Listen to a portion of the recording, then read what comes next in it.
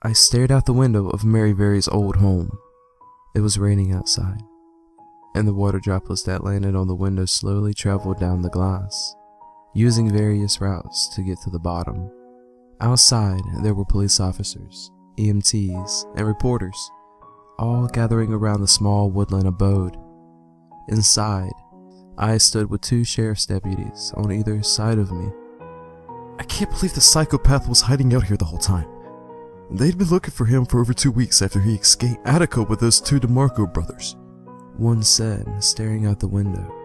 A police cruiser took a small road out of the forest that I hadn't seen there before. The back seat was occupied. Yeah, Richie Davis. He was in prison for 3 counts of attempted murder. The other replied.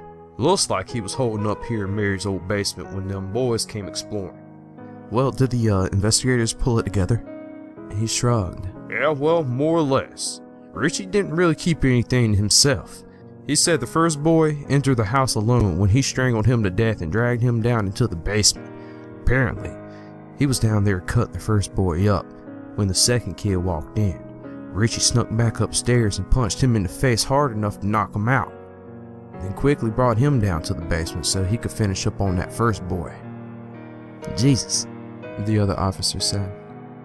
Then the third boy came in and Richie cracked him over the skull with a metal flashlight. Sick bastard said he only wanted to knock him out though, so he was still living when he cut into him. Haha, they don't make movie killers as twisted as this wacko.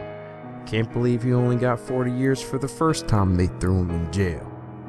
Well, that's not going to happen this time. 2 kids dead, 1 in the hospital, a half-mutilated corpse.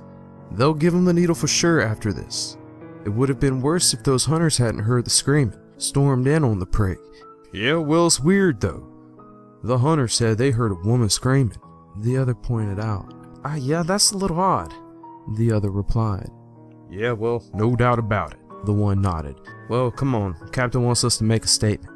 The 2 officers left me by the window and went outside to address the growing crowd of reporters who'd gathered outside. I turned away from the window, once again facing Mary Very. She looked at me with sorrow, but also with slight happiness. I was surprised that no sadness had taken me. I didn't feel much of anything. Scotty stood next to Mary, giving me an apologetic look. He must have felt like this was all his fault. I smiled at him reassuringly, then took one last look outside as 2 body bags were being wheeled over to a waiting ambulance.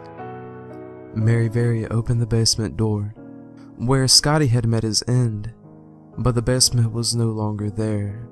Now it was a room with immense light, more powerful than any light I'd ever seen. Scotty immediately walked through the door, as if he knew what lay beyond, the light absorbing his figure until he was completely gone. Mary Very turned back to me, smiling, and reached her hand out. I took it, hesitantly at first, but then with conviction. She gave my hand a soft but confident squeeze, eliminating any remaining doubts I had. Whatever role she played while she was alive, I knew that now she was my guide, here to escort me someplace else. I walked up to her and returned her warm smile with one of my own. Then together, we stepped through the door, leaving this world behind and entering another.